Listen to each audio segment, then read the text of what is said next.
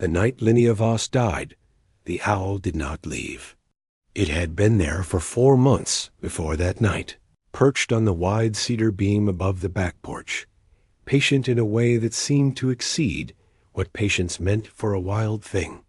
The hospice nurse who came on Tuesday evenings noticed it first in October, and she mentioned it to no one because she had learned, in her years of work, that some things in houses where people were dying did not ask to be explained.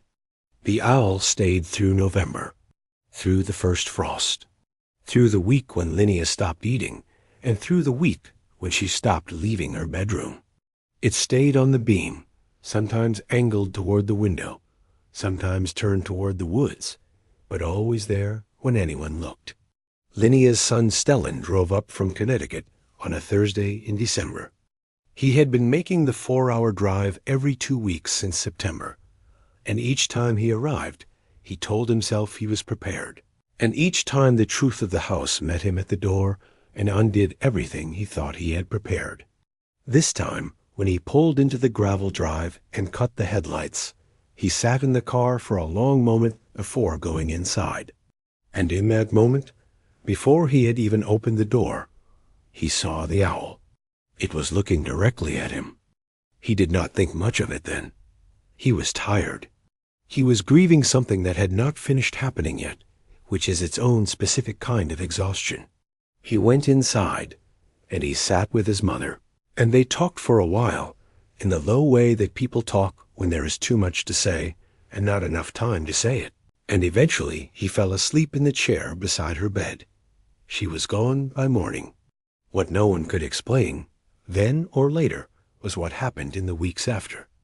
To understand what the owl meant, you have to understand what the house was. Linnea Voss had lived at Harwick Road for 31 years. She and her husband Callum had found the property in the summer of 1991, when Stellan was 4 years old and she was 32, and they were the kind of young that believes distance from everything is a gift rather than a cost. The house sat at the end of a dirt road in the northeastern corner of Vermont, backed against a ridge of spruce and birch that climbed steeply before leveling out into a long plateau that Callum had loved walking in the early mornings. 31 acres. A barn that had stopped being a barn in any functional sense and had become instead a place where Callum kept tools he used for projects he never quite finished. A garden that produced more than they could eat in the summers, and that Linnea had maintained alone after Callum died. Callum Voss had been a particular kind of man.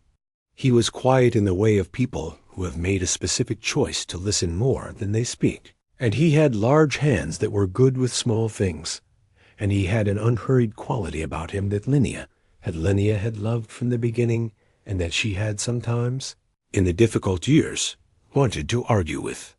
He taught high school mathematics for 30 years, at the same school, in the same classroom, and his students either remembered him as the teacher who finally made something difficult make sense, or they didn't remember him at all.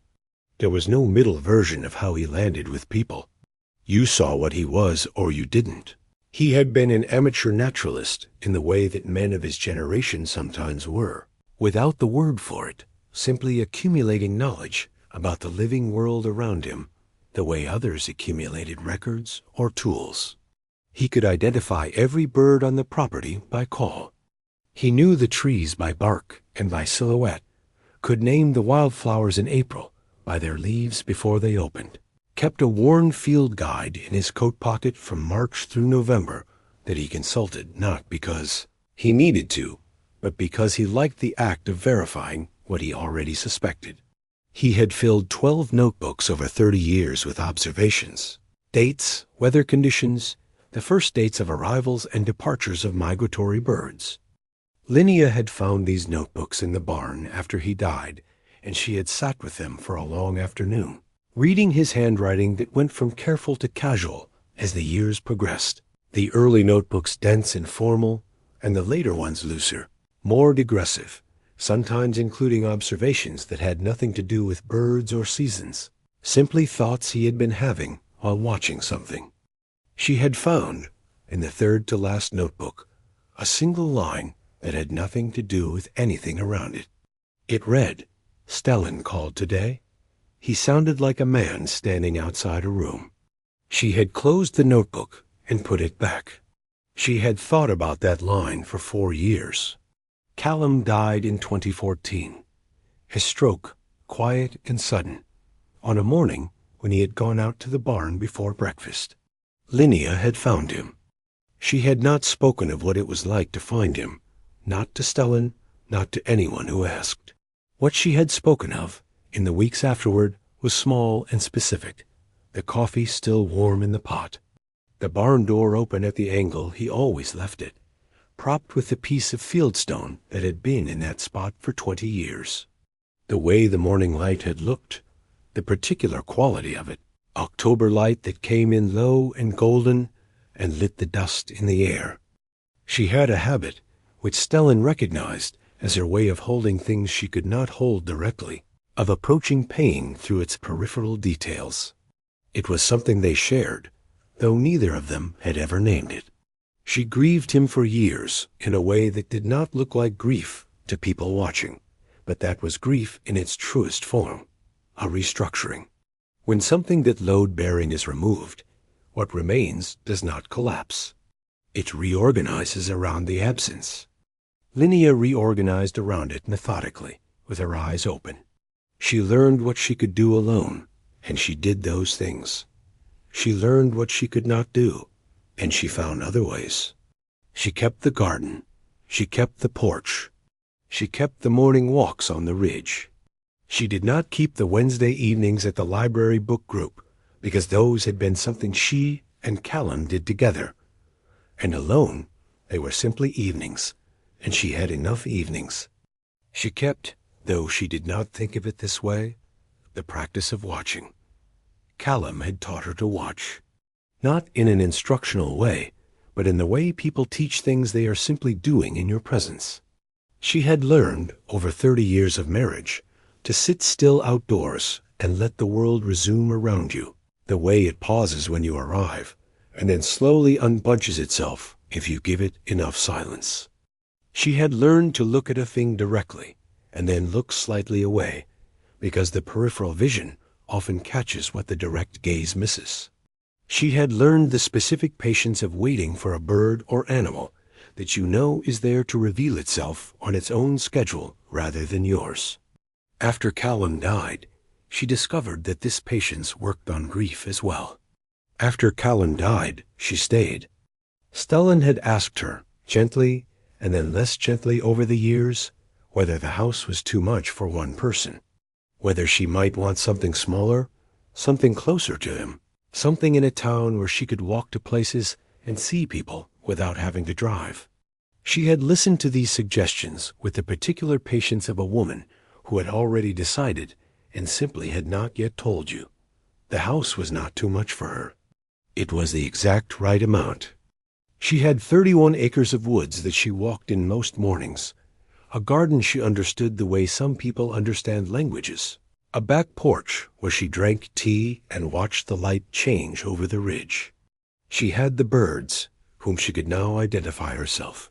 Slowly, and with the warm field guide she had kept, she had what she needed. She had one thing she did not have the words for yet. She had a box in the barn that had been waiting for a decade. What she had not expected was the diagnosis. Pancreatic cancer, stage 4, discovered in August. The doctor who told her was thorough and kind in the way of someone who has had to deliver this particular information many times, and has learned that what people need in those first minutes is not information so much as steadiness. She appreciated the steadiness. She drove home alone. A 2-hour drive on roads she knew so well, she could feel the particular curves and dips through her hands on the wheel without thinking. And she listened to the radio the whole way, a classical program she didn't usually listen to. And when she pulled into the gravel drive, she sat in the car for a moment, exactly as Stellan would sit months later, and she looked at the house in the late afternoon light, the light on the clapboards and the garden going gold at the edges of it's summer. And she thought, good. If this is where it ends, this is a good place for it to end. She sat with that thought for a while. Then she went inside and started dinner. She told Stellan by phone that evening. She had thought about how to do it, and had decided the same way she decided most things, simply and directly, without building up to it in a way that made the approach worse than the arrival. She was organized about it in a way that he would later recognize as her final, largest act of love for him. She had the information ready, the timeline, the decisions she had already made. She would not do aggressive treatment. She had lived a full life, 63 years, most of them good, all of them instructive. She would stay in the house. She would use hospice when the time came. She had already called the hospice service. She said these things in the same clear voice she had used when he was a boy, and she was explaining something he needed to understand. A voice that did not inflect upward at the ends of sentences. A voice that trusted the listener to absorb what they were being given. He had said almost nothing on the phone. She had said, "It's all right, Stellan. You don't have to know what to say." He had said, "I know." He had cried after he hung up in the parking garage of his apartment building, sitting in his car, in the way of a person who has been holding something and finally has nowhere private enough to put it down except here, in a dim concrete structure with the engine still running. He sat there for a long time. She had known he would cry. She had cried too, for about 4 minutes, alone in the kitchen after she hung up, and then she had washed her face and finished making dinner, and she had eaten it at the table where she and Callum had eaten dinner for 31 years, and she had said out loud to no one in particular, "Well then," that was August. The owl came in September. The owl came in September, 3 weeks after she told him. Linnea noticed it on a Thursday evening when she came out to the back porch with her tea. It was sitting on the cedar beam, a large barred owl, watching her with the particular steadiness that owls have, that blankness of gaze that is somehow more attentive than any moving thing could manage. She had seen owls on the property before, heard them in the woods at night, the hollow resonant call that Callum used to answer with his 2-note whistle from the kitchen window. But she had not had one this close, this still, looking at her in this particular way. She stood for a moment at the back door, the screen open in her hand, the warm smell of the house behind her, and the cold smell of the evening ahead, and the owl looked at her with its amber eyes and did not move. Then she sat down in her usual chair, and she drank her tea, and the owl stayed. Barred owls are not small. This one had a wingspan, when it spread its wings briefly and resettled them on the second evening, that she estimated at 3.5 feet. Its chest was striped in the way of the species, brown and white in alternating bands, and its face was pale, the dark rings around the eyes giving it a focused, deliberate expression that was almost unnerving in its intensity. She had taught biology for 26 years, and she understood that she was attributing intention to a bird that was simply being what a bird is. But the understanding did not change the quality of what she felt when she looked at it. She thought about Callum. This was not unusual. She thought about Callum often, in the ordinary way of people who have lost someone they built a life with. But the thinking she did on the porch that evening was different. It was the kind of thinking that circles something without landing. Callum had loved owls specifically, and with the slightly excessive enthusiasm he brought to a handful of things, the enthusiasm that coexisted with his general quiet and occasionally surprised people who had pegged him as uniformly reserved. He had a habit of whistling for them on evening walks, a low 2-note call that he said could sometimes bring them closer, and she had laughed at him for it early in their marriage, the way you laugh at small eccentricities in people you love, and he had demonstrated it more than once in the patient, slightly performative way of a man who knows he is right and is waiting for you to admit it. She had tried to learn the call. She had never quite gotten it right. Her version was always a half step off, the second note too high or not quite sustained, and the owl's to her annoyance and Callum's amusement, had never responded to her version the way they sometimes responded to his. He had teased her about it in a gentle and persistent way. He teased her about things he found endearing, and she had pretended to practice and then let it go, and in the later years she had simply listened when he did it and never tried herself. Now, sitting on the porch with the owl 6 feet away on the cedar beam, she thought about the whistle. She thought she would give almost anything to hear him do it. She did not try it herself. It felt like it would be getting something wrong in a way she could not afford to get things wrong right now. She told Stellan about the owl the next time he called. He had asked her how she was sleeping, and she had said she was sleeping well, which was not entirely true, and she had said that she had a visitor on the back porch. She described the owl, its size, the barring, the amber eyes, the way it had not moved when she came outside.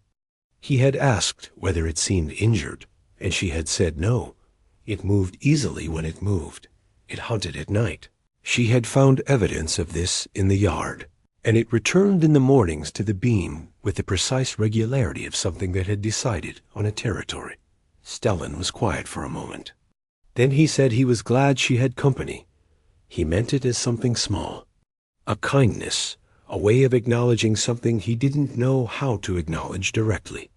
He did not yet understand what he was saying, the strange accuracy of it, the degree to which the word company would turn out to be exactly right.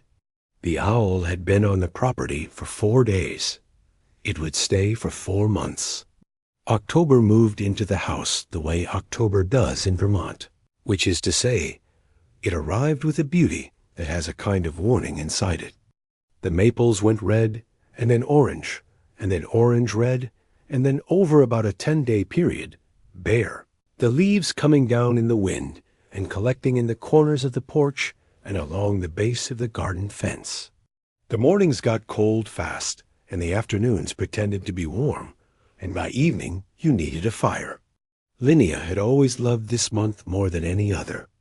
There was something in the way October made everything visible, stripped of its summer cover.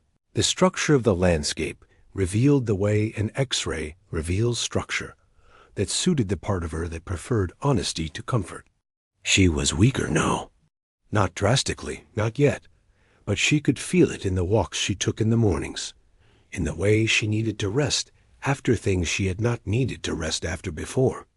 She had begun to use a cane on the uneven ground, a thing she had resisted until the morning she had come down the ridge path and had felt, for the first time, genuinely unsure of her footing, and had thought, all right then.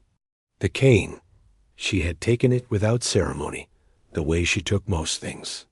She had begun to allow the hospice aide, a young woman named Petra, who came 3 mornings a week, to help her with things she would previously have handled alone.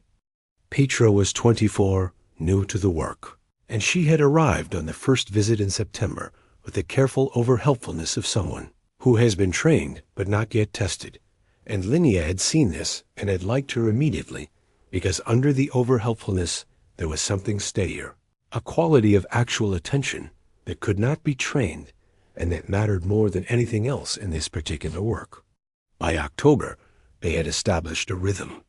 Petra came at 8 in the mornings she came, and she helped with whatever needed helping, and they talked or they didn't, depending on the day, and they had found, as people sometimes find with each other, that silence between them was comfortable rather than awkward, which was relatively rare and relatively valuable. Petra had noticed the owl on her first visit. She had said, "Is that the same owl every day?" Linnea had said, "I believe so. The banding is distinctive." Petra had said, "It's watching you." Linnea had said, "It's watching something."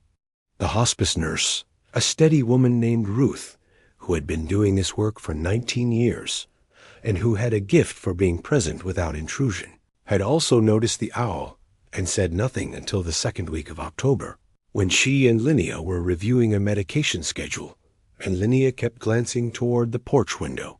Ruth looked up from the schedule. She said, "It watches over you." Linnea said, "It watches something. I'm not sure it's me." Ruth wrote down a number and continued with the schedule. She was a woman who understood the value of not pressing. The owl was there every evening. Linnea began to talk to it. Not in a superstitious way, not in the way of someone who believed the owl was something other than an owl. She was not a superstitious woman. She had been a biology teacher for 26 years, and she held the natural world in the specific reverence of someone who understands how it works, which is a different reverence from the one that attributes magic to it. But there is something about dying alone that reshapes what feels reasonable and talking to a creature that chose, for reasons she could not determine, to be near her, felt less strange than the alternative, which was silence. She talked about Callum. She talked about the year they had bought the house, the impractical adventure of it, the way Callum had walked the 31 acres on the day they signed the papers with the slow, deliberate walk of a man taking possession of something that already belonged to him in some way he hadn't been able to articulate before. She talked about the garden, its first years, the things she had gotten wrong, and the things that had surprised her by thriving. She talked about the summer Stellan was 8, a summer she still thought of as the good summer, a summer before the year that had shifted things. She talked about Stellan in the way she talked about him to herself in quiet moments. The specific worry she carried for him, it was different from ordinary maternal worry. It was a worry that had to do with how he held himself at a slight distance from things, how he had learned to do this early in the year when he was 9, and had built it into his architecture so thoroughly that it had eventually stopped looking like distance and started looking like composure, which was a harder thing to address because composure is admirable and distance is only visible if you know what you're looking for. Callum had known. She had found it in the notebook. Stellan called today. He sounded like a man standing outside a room. She talked about a box. The box was something she had been thinking about since the diagnosis.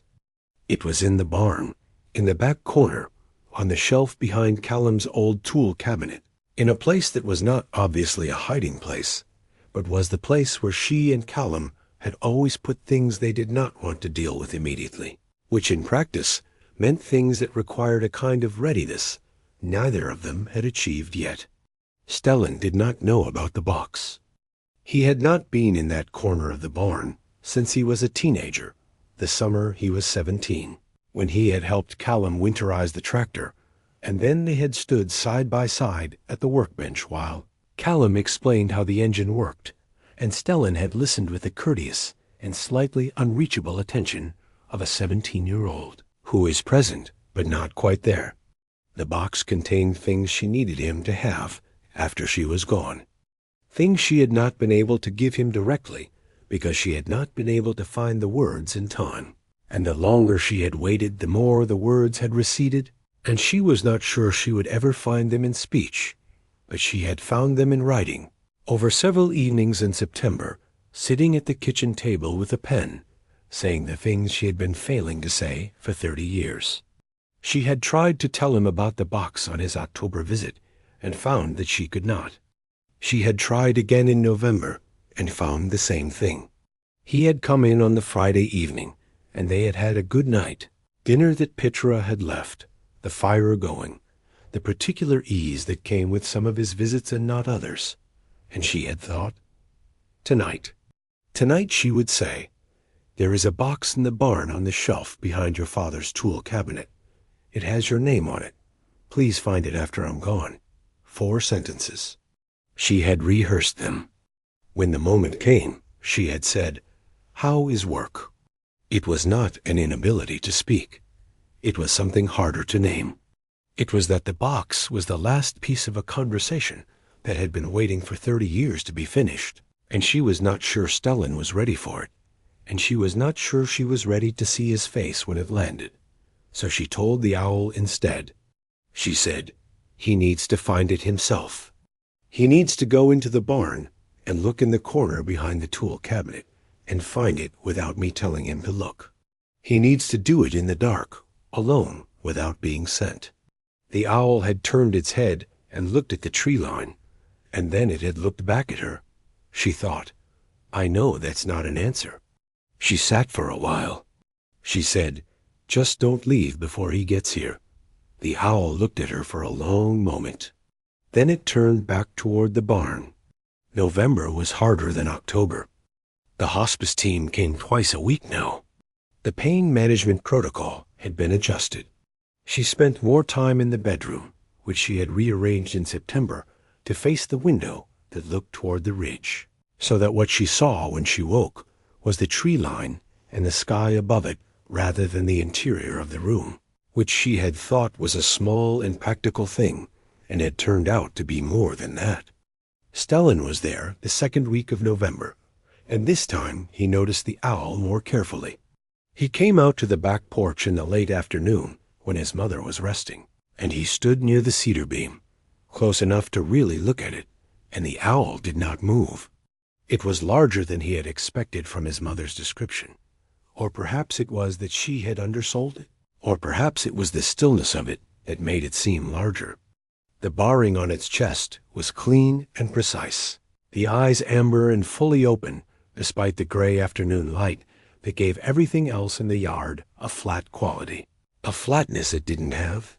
He stood there for a while.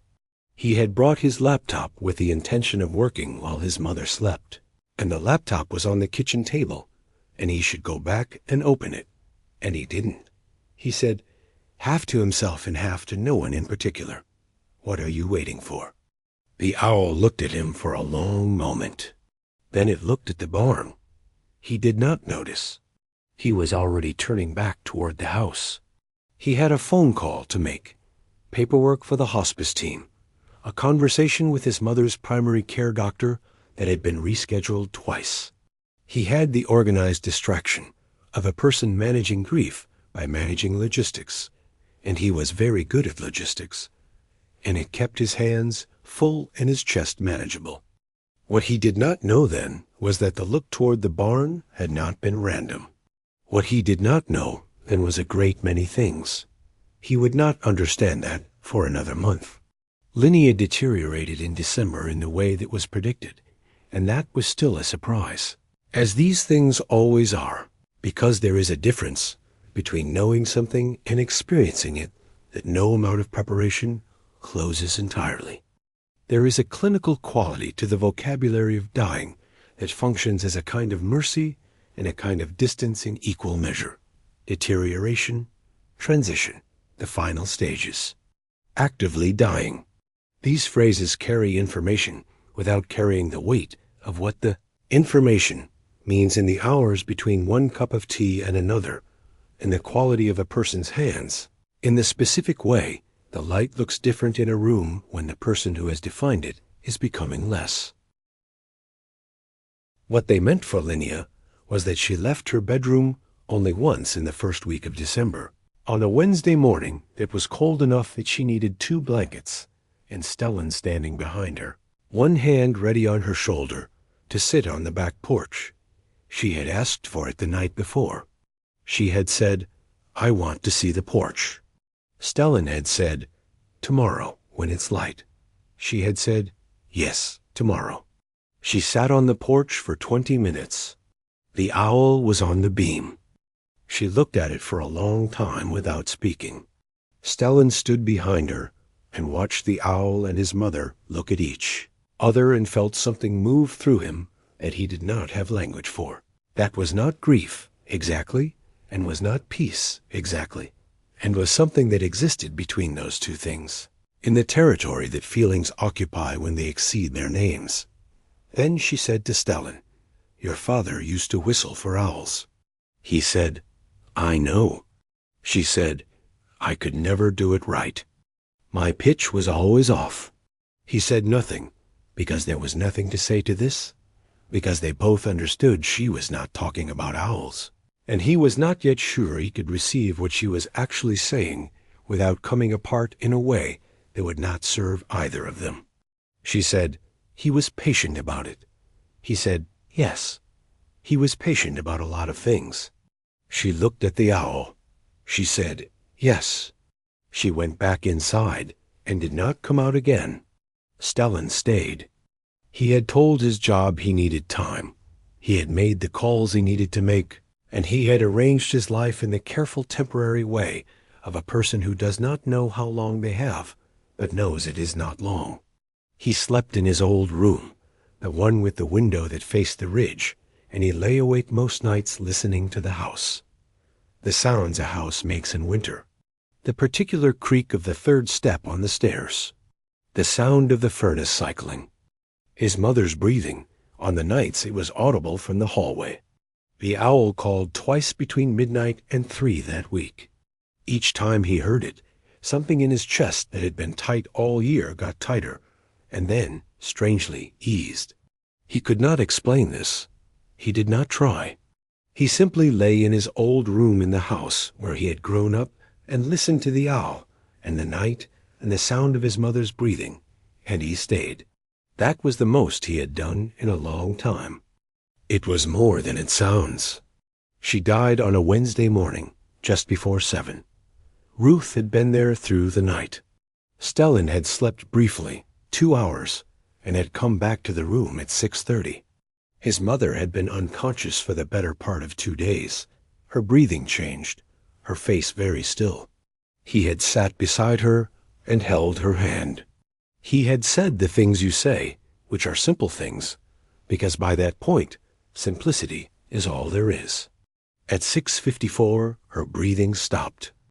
Ruth waited a moment, and then she looked at Stellan, and she said gently, "She's gone." He sat for a while.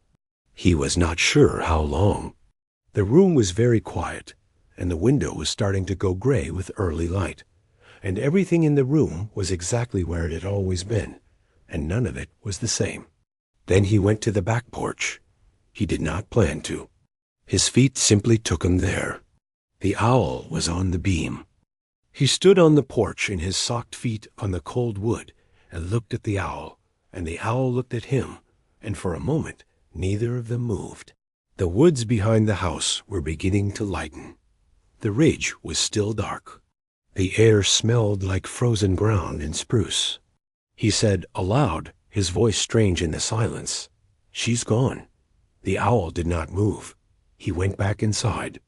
The days after the death were full. There is a terrible busyness to grief in its first week, a mercy and a cruelty in equal measure.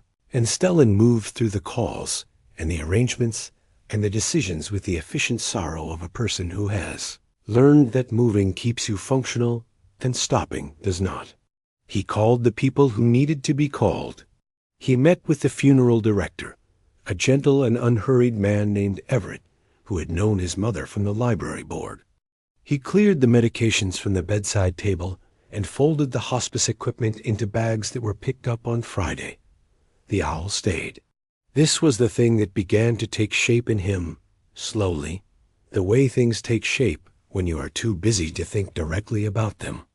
The first 3 days after his mother's death, Stellan was too occupied to pay close attention to the porch. On the 4th day, a Saturday, he came out in the morning with his coffee, and the owl was there. He stopped. He said nothing, just stood there. The owl was looking toward the barn. He thought, I should get in there at some point. His mother's estate, the barn, the tool cabinet. He was not looking forward to it. The barn had always been his father's space, and then it had become a space that neither of them went into, because not going in was easier. He went back inside. On Sunday, the owl was there again, and looking in the same direction, and this time Stellan stood on the porch for longer, looking at what the owl was looking at, which was the barn door. The barn door was closed, the old wooden latch in place. He drank his coffee. He went inside. That night, he heard the owl call from somewhere closer to the barn. Not the porch, not the beam. Closer to the barn. He lay in his old room and listened, and the call came again, low and long, and then silence, and then once more. He was out of bed before he was fully awake. He pulled on his coat and his boots in the mudroom and pushed out the back door into the cold.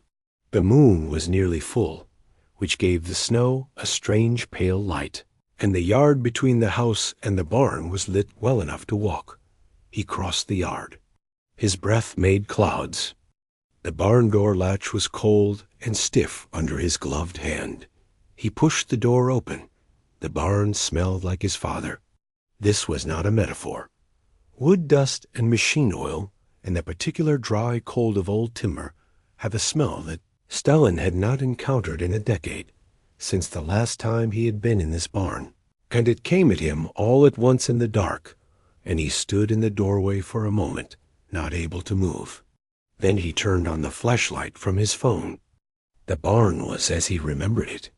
The tools on the wall, the workbench, the shelving along the back.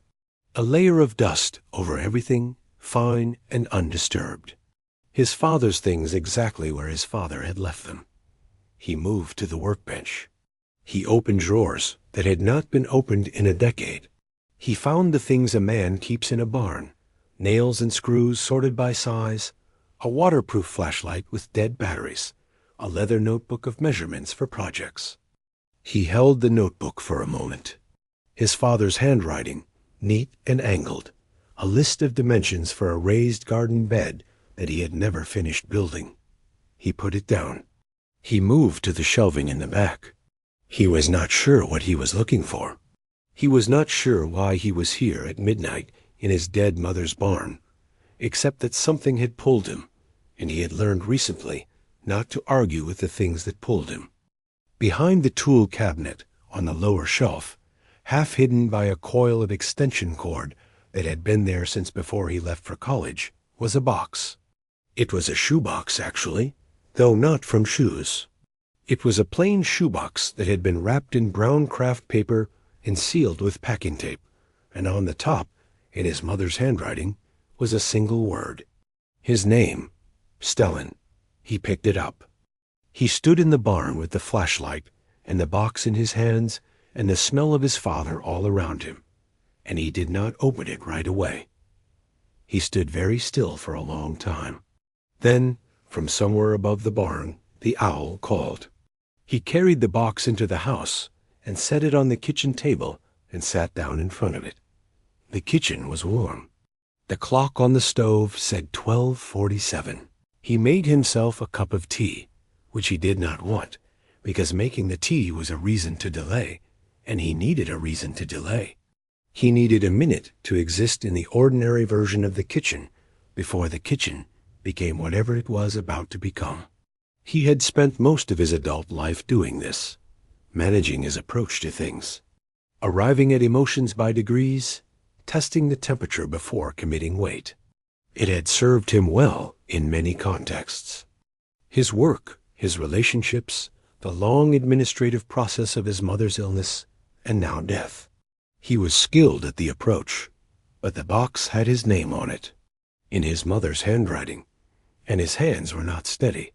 He sat back down. He opened the box. Inside, laid neatly and in no particular hurry, were things that had been waiting for him for a long time. Perhaps since September, when she had first assembled them. Perhaps longer. There was a letter. His mother's handwriting. 6 pages written on the good paper she kept in the desk drawer in the living room. Dense and unhurried. Every line going close to the margin, the way her handwriting always did when she was saying something she had thought about carefully. He set it aside to read last. There were photographs he had not seen. His parents before he was born, young in a way he had never thought of them as young, standing on a beach somewhere warm that he could not place, laughing in the open way of people who do not yet know what is coming. His mother's hair was longer. His father's face was the same and not the same features arranged with a looseness that the years had settled into something more composed. They were leaning slightly toward each other, in the way of people who do not notice they are doing it. He held this photograph for a long time. There were more. His mother pregnant, enormous and radiant, one hand on her belly and the other shielding her eyes from some unidentified summer sun. His father holding a newborn Stellan with the expression of a man who has just been handed something he cannot quite believe is real. looking not at the camera but at the baby. His mouth opened slightly, as if he has been interrupted mid-sentence and has forgotten what he was saying. He had never seen his father look like that. He had not known his father had ever looked like that. There was a letter from his father. Shorter, 2 pages, in his father's angled handwriting, dated 2013, the year before he died. Addressed to Stellan. Never sent. There was a small object wrapped in tissue paper. He unwrapped it carefully. It was a carved owl, small, maybe 3 inches tall, made from a dense dark wood he didn't recognize. Simple but exact, the carving done with the same patience his father brought to everything. The wings were not detailed, but they were proportional. The face accurate in its roundness, the body solid in the hand, in a way that suggested the object had been made to be held rather than displayed. On the bottom, in tiny etched letters, his father's initials and a date, 1991, the year they moved to the house, the year Stellan was 4. He turned it over in his hands. He had never seen it before. He had no idea his father carved. This was the thing that stopped him the most. Not the photographs, not the letters, not the gravity of the box and what it meant. It was the simple fact that his father had made this thing and he had not known. His father had sat at the workbench in the barn in the winter of 1991, in the cold, and he had made an owl out of dark wood, and Stellan had been in this house every summer until he was 18 and had never once known this had happened. He thought about what else he didn't know. He thought about 30 years of his father's inner life, the parts of it that had not found a way out through speech, the things that had stayed in notebooks and barns. He set the owl down carefully on the table, upright, facing him. He looked at it. Then he picked up his mother's letter and began to read. She had begun without preamble, in the way she always began things, already in the middle of what she wanted to say. She told him that she was sorry she had not found the words sooner. She told him that the words had been there for a long time. She had simply kept them in the barn, which was her way, which she recognized was not the best way, but had been the only way she could manage. She told him that she had wanted to give him this before she died, and that she had tried twice and failed, and that she had finally understood she could not give it to him herself, because some things between parents and children can only be received when the person giving them is no longer in the room. She wrote about his father. She wrote about the way Callum had loved him, in the specific language of a woman who watched her husband love their child and spent 30 years memorizing the shape of it. How it was not a demonstrative love, not a love that announced itself, but a love that organized itself entirely around its object. How Callum had thought about Stellan in his absence, more than Stellan had ever had reason to know. How he had kept a record of things Stellan had said on phone calls, small observations, jokes, opinions, tucked into the notebooks alongside the bird sightings. She wrote about the year Stellan was 9, the hard year, the year a thing had happened at school that no one had handled well, that had left him with the habit of preemptive distance, the slight remove that Callum had named in his notebook a decade later. She wrote, "We should have done more. I need you to know that we knew something had happened to you, and we didn't find the right way to meet you there. And we are both sorry for that.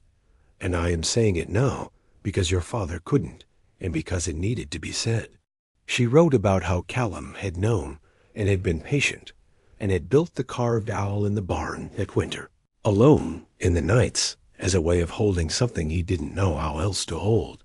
She wrote, "He meant to give it to you when you were ready. He said owls wait. He said they have patience that exceeds what patience is supposed to mean. He said he was like that with you, content to wait in the dark until you came." She wrote, "I don't know if you will ever understand how much you were loved by that man. I hope the letter he left tells you some of it. I hope the owl tells you the rest." She wrote, "I want to say something about the owl on the porch, but I'm not sure how to say it without sounding like someone who has lost their scientific rigor, which would disappoint me. What I will say is that in 4 months of sitting with that animal on the back porch, talking to it in the evenings, more than I have talked to most people in the last decade, I had the persistent and unscientific impression that it was listening. Not to me, past me, toward something I couldn't see. I don't know what to do with that, but I thought you should know. She wrote, I am not afraid.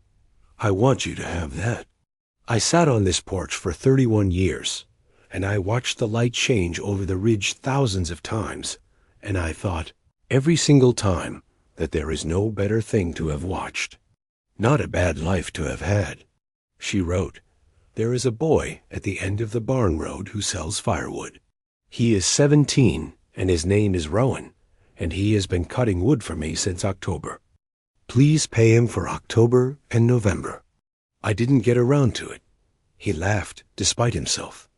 Then he cried. It was a different kind of crying from the crying he had done in the parking garage in August. That had been the cry of something beginning, vast and uncontainable. This was something more specific, more located.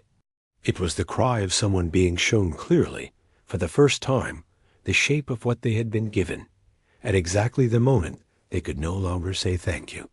He sat at the kitchen table with his face in his hands for a while.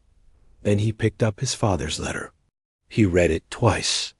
The second time more slowly, pausing between paragraphs, setting it down once, and looking out the kitchen window at the dark yard and the pale shape of the barn and the woods beyond, then picking it up again. What Callum had written was not surprising in its content, exactly. A father's love for his son. The things left unsaid. What was surprising was the precision of it, the way his father's characteristic care for accuracy had found its way even here, so that the sentences did not generalize, did not reach for grand language, but stayed specific and concrete in the way of a man who sorted nails by size. His father had written, I know there are things I haven't found the way to say. I am a man who knows how to build things, and not always how to speak of them. I want you to know that I have been proud of you in the specific way that means I see exactly who you are, not some version of you I hoped for or expected. I have watched you become a person, and I have thought more times than you know how remarkable it is that you exist and that you are mine. His father had written about the year Stellan was 9, more briefly than his mother had, in 2 sentences. Something happened to you that year that changed how you moved through the world, and I watched it happen, and I didn't find the right way in. I am sorry for that in a specific and lasting way. His father had written, I want to say one thing simply. You have a habit of standing at a distance from things. I see it and I recognize it because I have the same habit, and I want to tell you, from this vantage point, where I can see it more clearly than I could from inside my own life, that I have regretted it. Not always, but in the moments that mattered most, when I had the chance to be fully in something and chose instead to manage it from the outside, I have regretted it. I want to tell you this directly because I could not find a way to tell it to myself in time. His father had written, I carved you an owl. It is in the box that is in the barn. Your mother knows where it is. I made it the winter we moved to the house, the winter you were 4, when I was beginning to understand what it meant to have a child and was trying to hold that, understanding in something my hands could work with. Owls don't stand at a distance from what they're watching. They sit very still and they pay full attention. That is what I made the owl to mean. And that is what I want for you. That was almost the end of the letter. There was one more line. His father had written, I love you, Stellan. I should have said it more. I'm saying it now. Watch for owls. He sat very still. The clock on the stove said 2:11. He picked up the carved owl and held it in both hands and looked at it for a long time, turning it slowly, feeling the grain and the weight of it. The small roughness at the base, where the sanding had not quite finished, The slight irregularity at the top of one wing, where the wood had resisted, and his father had worked around it rather than forcing it. His father had made this. His father had sat in the cold of that barn, probably in the evenings after he thought Linnea and Stellan were asleep. And he had made this thing and kept it for 33 years, waiting for the moment when his son would be ready to receive it. He had been patient about it in the way he was patient about everything. He had waited in the dark. He sat at the kitchen table until the sky started to lighten. He held the carved owl in his hand, the small dark wood thing his father had made 30 years ago, and kept waiting, and he turned it over and over, feeling the grain and the curve of it, the precise carving of the wings, the slight roughness of the base where the wood had been sanded but not quite finished. He thought about his father at the workbench in the cold of a winter night, hands moving over wood, making something. He thought about his mother on the porch, talking to an owl she could not explain. He thought about the 4 months the owl had stayed. He was not a man who believed in the supernatural.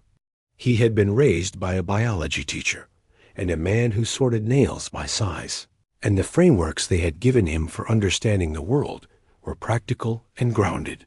He did not believe the owl was his father. He did not believe his mother had sent it. But he also did not believe in coincidence with the uncomplicated ease he once had. What he believed, sitting at the kitchen table in the early morning light with the carved owl in his hand, was something harder to name.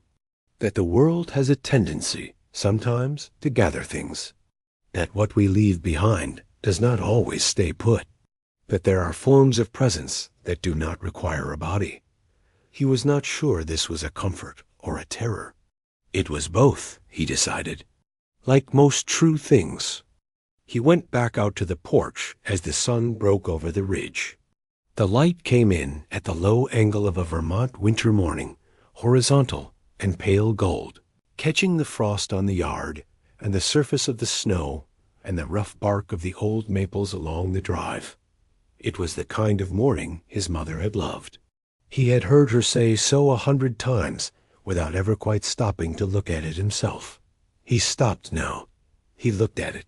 The cedar beam was empty.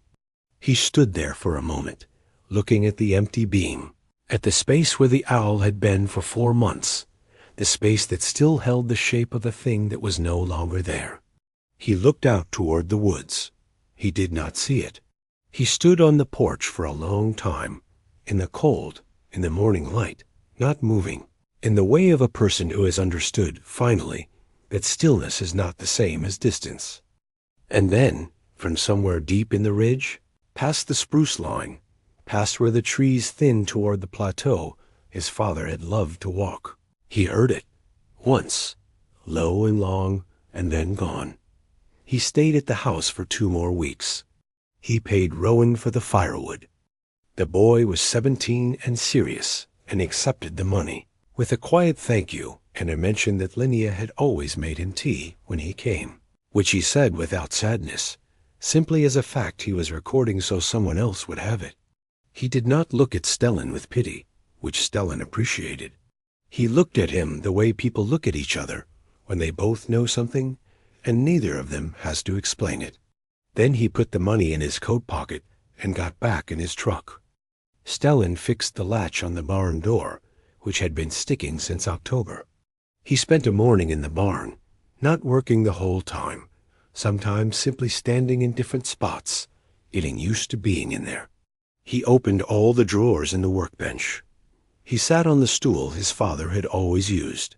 He found, on a shelf above the window, a small jar that contained a handful of bird bands, the lightweight aluminum rings used to identify birds in the field. He had no idea where they had come from. He did not know his father had ever banded birds.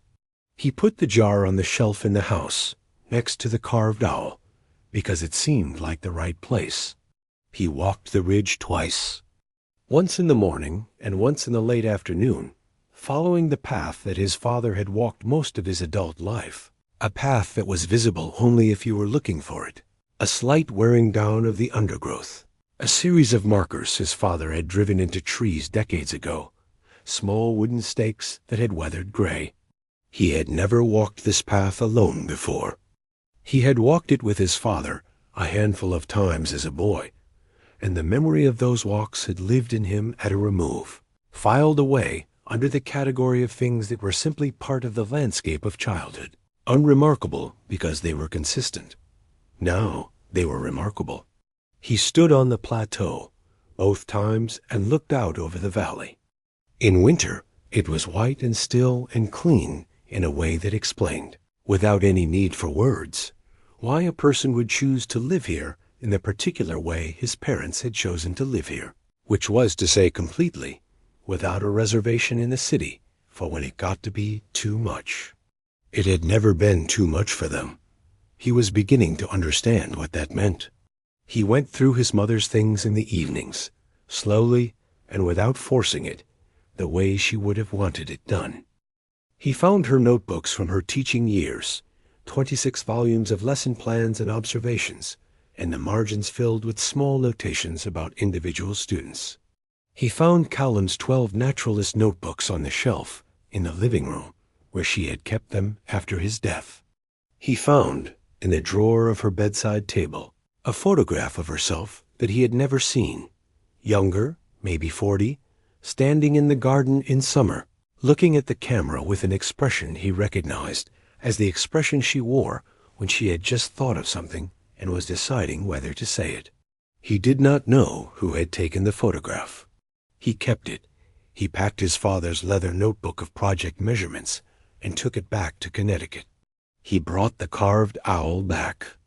He put it on his desk in the corner of his apartment, in the spot where he could see it from any point in the room, on the desk he had used since graduate school, surrounded by the things that constituted his working life, and it looked at home there in a way he had not expected and could not entirely account for, as if it had always been where it was going and had simply needed the time.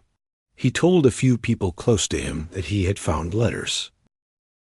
He did not say what was in them, because some things belonged to a person in a way that sharing them would make them smaller.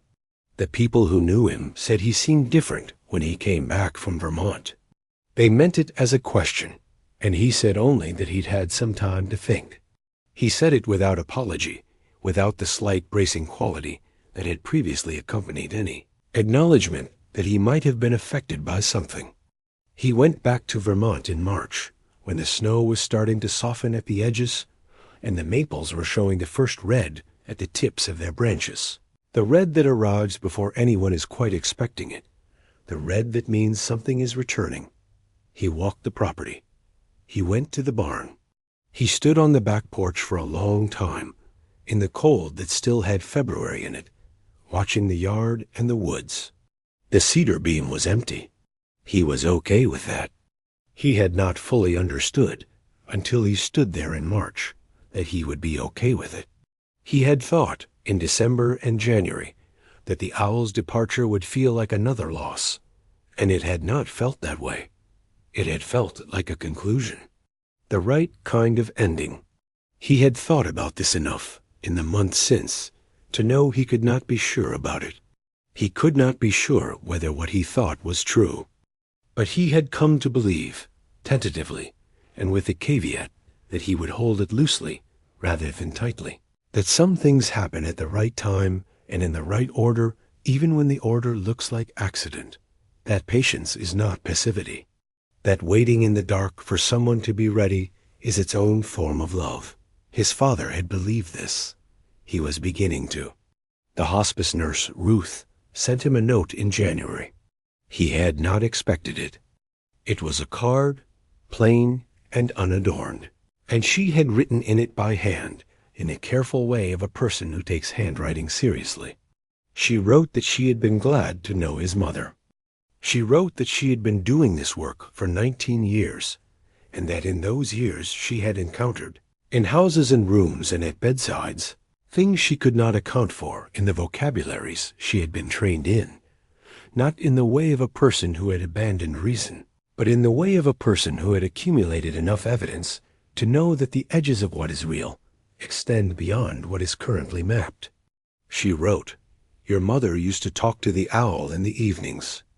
I could hear her from the kitchen sometimes, though I couldn't make out words. I don't know what she said, but I always thought that whoever was listening was the right one to be listening." She signed it simply, Ruth. There was a P.S. it said, "Barred Owl's Mate for Life." He read it 3 times. He sat with it for a long moment, in the low lamplight of a January evening, the card in his hand, and the carved owl on the desk, and the city outside the window, doing what cities do, indifferent to the small specific weight of what was happening in this room. He set the card down next to the owl. Then he picked up his phone and called a friend he had not called in too long, and they talked for an hour about nothing much, and then about some things that mattered. And when he hung up, he realized he had not been keeping track of how much time he'd been on the phone, had not been managing the length of the call, had simply been present in it until it ended. He stood in the kitchen for a moment after he hung up, noticing this. Then he turned off the overhead light and left the small lamp on and went to bed. Outside, the city was wet and dark and full of sound. People who knew Linnea Voss talked about her often in that first year. This is what happens when a person has lived somewhere long enough and deeply enough. When they have been a biology teacher and a gardener and a woman who sat on her back porch in all weather and watched the light move through 4 seasons for 3 decades. They talked about the house and the garden and the way she had known the name of every bird on the property by call, the way Callum had taught her and she had surpassed him and then pretended she hadn't so as not to embarrass him, which was something several people knew and which was the kind of specific detail that keeps someone alive in memory after the general impressions have faded.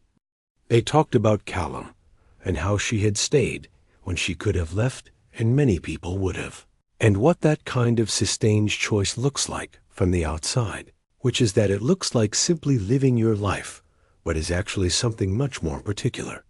Sometimes someone would mention the owl. Not everyone knew the full story.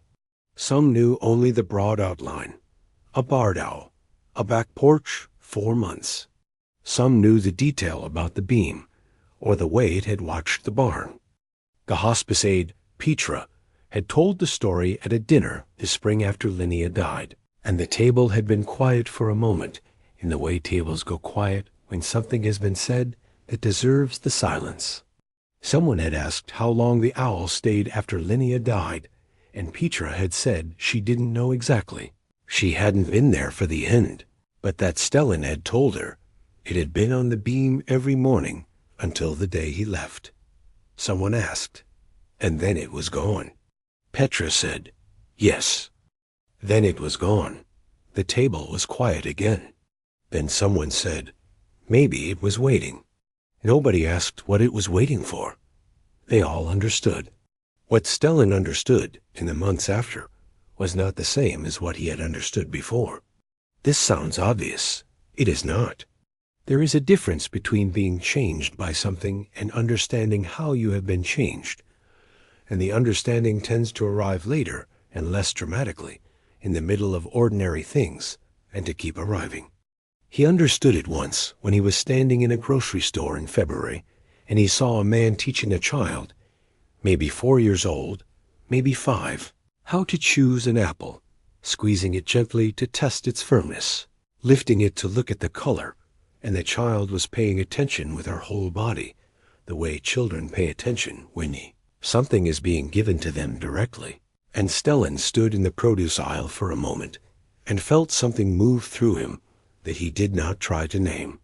He understood it again in the spring when he was at the community plot, and he put his hand in the dirt to turn it over, and the smell of it was exactly the smell of his mother's garden in May, the specific smell of Vermont soil in the morning, and he sat back on his heels and simply let it be what it was.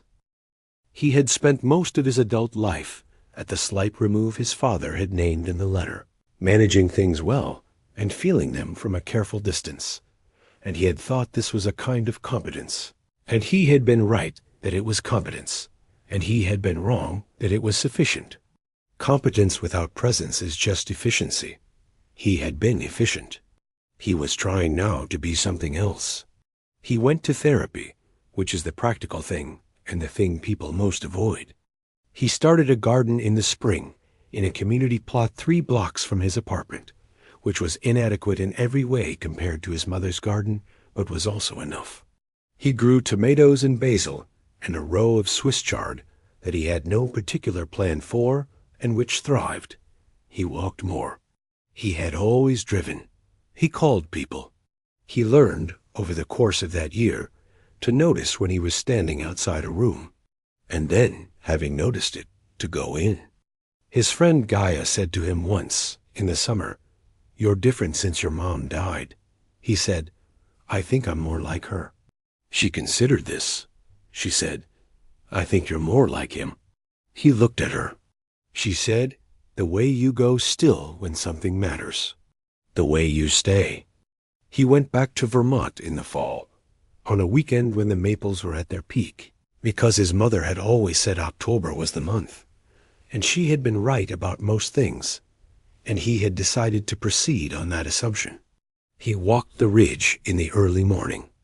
The sky was clear, and the air had the cold edge in it that arrives in October and does not quite leave until April, and the leaves were red and orange against the spruce that stayed green through everything.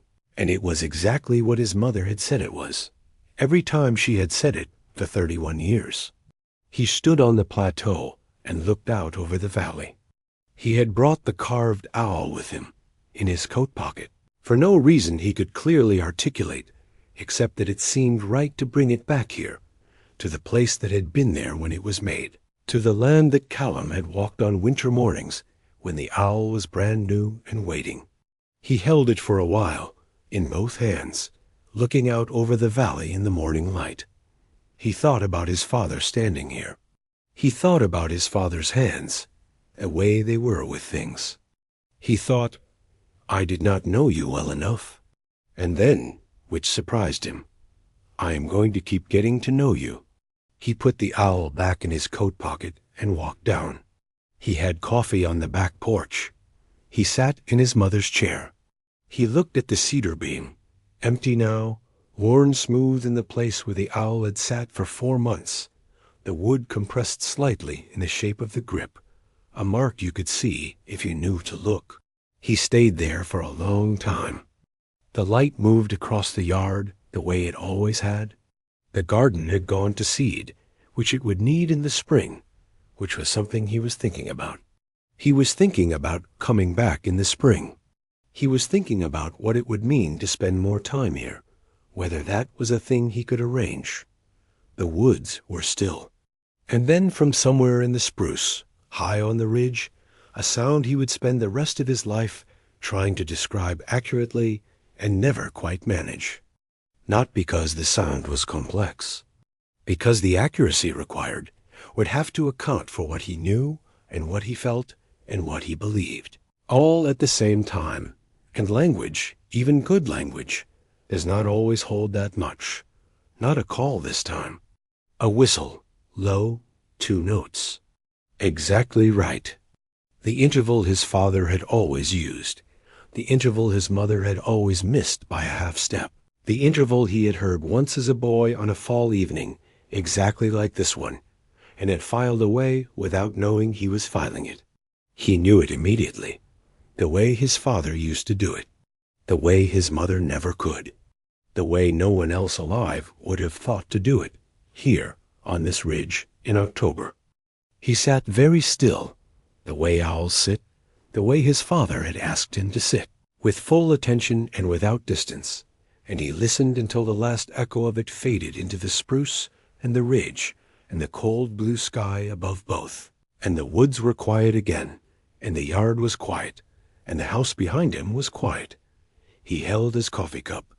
He did not move. He breathed.